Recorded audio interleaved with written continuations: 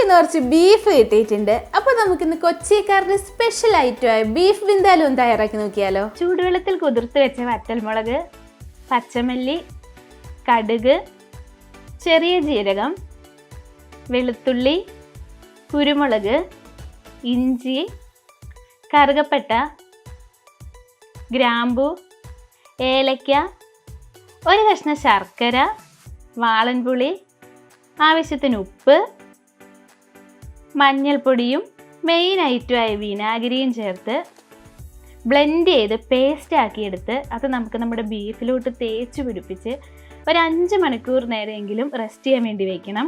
ഞാനിവിടെ ഏകദേശം ഒരു 6 മണിക്കൂർ നേരം മാരിനേറ്റ് ചെയ്ത് ഫ്രിഡ്ജിൽ വെക്കുന്നുണ്ട്. ക്രിസ്മസ് ഒക്കെ അല്ലേ, നമുക്ക് ഗസ്റ്റൊക്കെ വരുമ്പോൾ വളരെ ഈസി ആയിട്ട് ഉണ്ടാക്കി കൊടുക്കാൻ പറ്റുന്ന ഒരു അടിപൊളി ഡിഷാണ് കേട്ടോ ഇത്. ശേഷം ഒരു മൺചട്ടി അടുപ്പിൽ വെച്ച് അല്പം വെളിച്ചെണ്ണ ഒഴിച്ചു കൊടുത്ത് സവാള ഇട്ട് വഴറ്റി നല്ല ഗോൾഡൻ ബ്രൗൺ കളർ ആകുമ്പോഴേക്കും നമ്മുടെ മാരിനേറ്റ് ചെയ്ത് വെച്ചിരിക്കുന്ന ബീഫ് ഇട്ട് കൊടുക്കാം. നന്നായി ഇളക്കി ചേർത്ത് കുറച്ച് ചൂടുവെള്ളം ഒഴിച്ചു കൊടുത്ത് തിളച്ച് വരുന്നത് വരെ ഗ്യാസ് ഹൈ ഫ്ലെയിമിൽ വയ്ക്കാം. തിളച്ച് വന്നു കഴിഞ്ഞാൽ പിന്നെ വെന്ത് വരുന്നത് വരെ മീഡിയം ഫ്ലെയിമിൽ വെച്ചാൽ മതി. ഇടയ്ക്കിടയ്ക്ക് തുറന്നു നോക്കി ഇളക്കി കൊടുത്ത് ബീഫിൽ വെള്ളം ഉണ്ടെന്ന് ഉറപ്പ് വരുത്തണം കേട്ടോ. ഏകദേശം 1 മണിക്കൂറോളം എടുത്ത് നമ്മുടെ ബീഫ് നല്ലതുപോലെ വെന്ത് വരാൻ വേണ്ടി. അപ്പോൾ ഇത്രയേ ഉള്ളൂ നമ്മുടെ ബീഫ് വിന്താലു തയ്യാറാക്കാനുള്ള മെത്തേഡ്.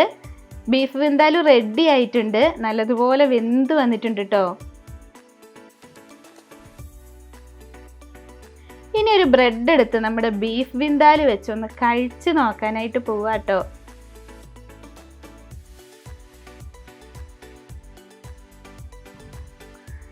സൂപ്പർ അടിപൊളി, എല്ലാവരും ട്രൈ ചെയ്ത് നോക്കണേ.